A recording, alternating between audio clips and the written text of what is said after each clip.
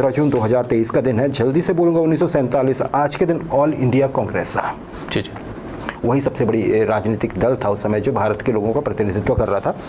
उसने British plan को स्वीकार किया था, सबसे बड़े ब्रिटिश प्लान को, जिसे अभी भी कॉन्स्पिरेसी कहा जाता है। और वो प्लान क्या था? भारत के बंटवारे का प्लान।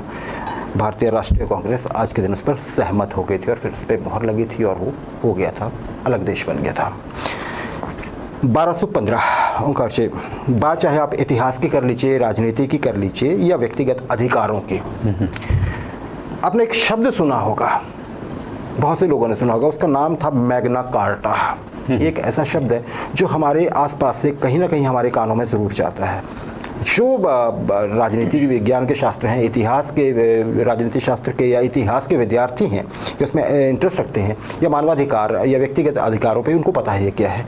जनरली नहीं पता होता। मैं थोड़ा सा इस पर आज बता देता हूँ। आज के दिन ये मैग्ना कार्टा जो है उस पर साइन हुए थे। मैग्ना कार्टा जो एक लैटिन शब्द है, लेकिन इसका मतलब है द ग्रेट चार्टर। एक चार्टर बना था जिसे द ग्रेट कहा गया। क्यों कहा गया? देखिए, ये कहाँ की बात हो रही है? बात हो रही है इंग्लैंड की। अच्छा, इंग्लैंड 1215 की बात कर रहा हूँ। अगर इंग्लैंड का है तो इंग्लिश में नाम क्यों नहीं है? इसका लैटिन नाम क्यों है? तो 1250 ईस्वी तक या 13वीं शताब्दी तक भी इंग्लैंड में जो है उस समय पे इंग्लिश बोलने वालों को अनपढ़ समझा जाता था। लैटिन जो बोलता था वो उसे बोलते थे कि ये भद्र पुरुष है, तो इसका वो शब्द था। खैर चलिए, वो वाला कहानी आप बाद में कभी चर्चा करेंगे। इस पर साइन हुए थे जी। किसने साइन किए थे? इंग्लैंड के जो सम्राट थे किंग जॉन, उन्होंने साइन किए थे ये। और सामने कौन पार्टी थी? जो बैरन्स थे और उनके सामंत या जमींदार जो थे उनके। हुआ क्या था ओंकार जी? इस चार्टर में क्या लिखा है मैं जल्दी से बता देता हूँ। इसमें इस चार्टर के जरिए राजा के अधिकारों पर लगाम लगाए गए थे। निरंकुश नहीं हो सकता है राजा।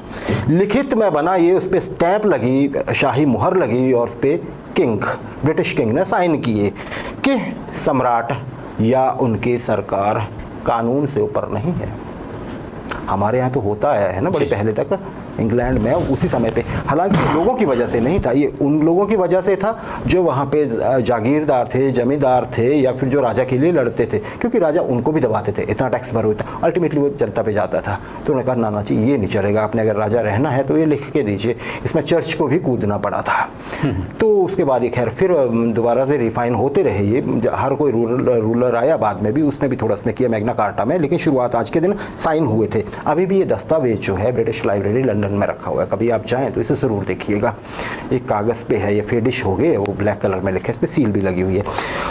ओंकार जी, 1878 फर्स्ट मूविंग इमेजेस।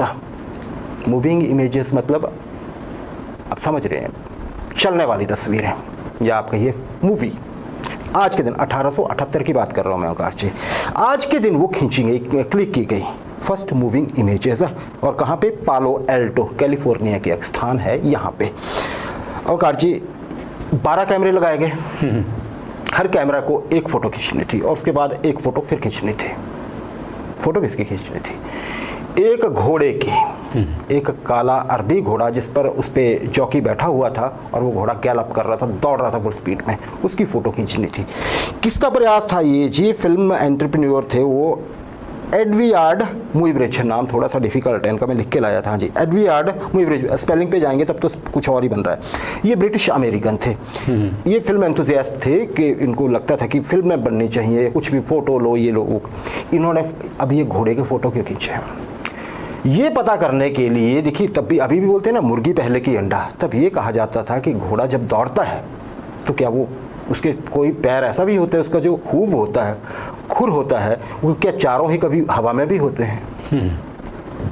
इन फोटोज़ के बाद साबित हो गया कि हाँ ऐसा होता है, क्योंकि ये फ़ोटो लिए गए, फिर उनको एकदम से जल्दी से चलाएगा स्लाइड की तरह, और जब ये स्लाइड की तरह चले तो ये मूविंग, एक ऐसा लगा कि क्लिप है कोई, और उसमें पता चला कि देखिए हाँ यहाँ पे ये घोड़े के जो खुर होते हैं, घोड़े के हूव्स जो होते हैं, एक समय ऐसा भी आता है बीच बीच में जब वो चारों ही ज़मीन के ऊपर नहीं होते हैं, चारों ही हवा में होते हैं, मतलब उस समय पे टेक्निकली घोड़ा उड़ रहा होता है।